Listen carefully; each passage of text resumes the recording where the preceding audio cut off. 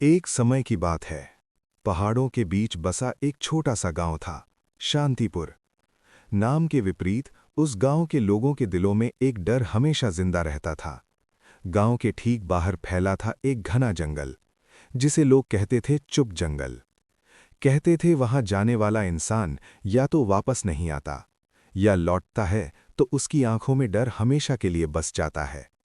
गांव में रहती थी एक बूढ़ी माँ और उसका जवान बेटा मोहन। पिता की मौत के बाद मोहन ही घर की जिम्मेदारी था। दिन में खेतों में मजदूरी, रात में लकड़ी काटना। एक रात जब मोहन जंगल के पास लकड़ी काट रहा था, उसे दूर से किसी के रोने की आवाज सुनाई दी। आवाज में दर्द था, लेकिन डर नहीं।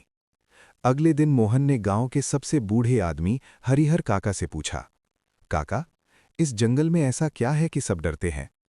हरिहर काका ने गहरी सांस ली और बोले, बेटा, ये कहानी बहुत पुरानी है।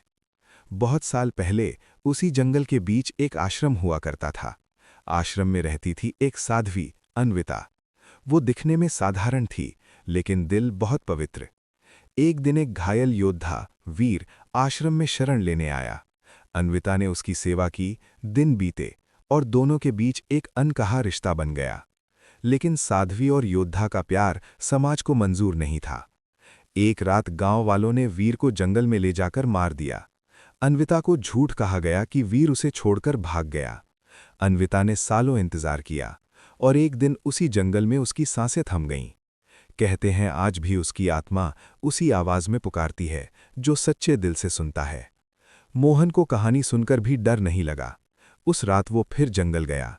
अचानक वही रोने की आवाज, लेकिन इस बार मोहन बोला, अगर तुम दर्द में हो तो मैं सुनने आया हूं। जंगल शांत हो गया। अगली सुबह मोहन सुरक्षित लौट आया, और उसी दिन से चुप जंगल हमेशा के लिए शांत हो गया। कहते हैं कभी कभी आत्माओं को मुक्ति डर से नहीं, समझ से मिलती है।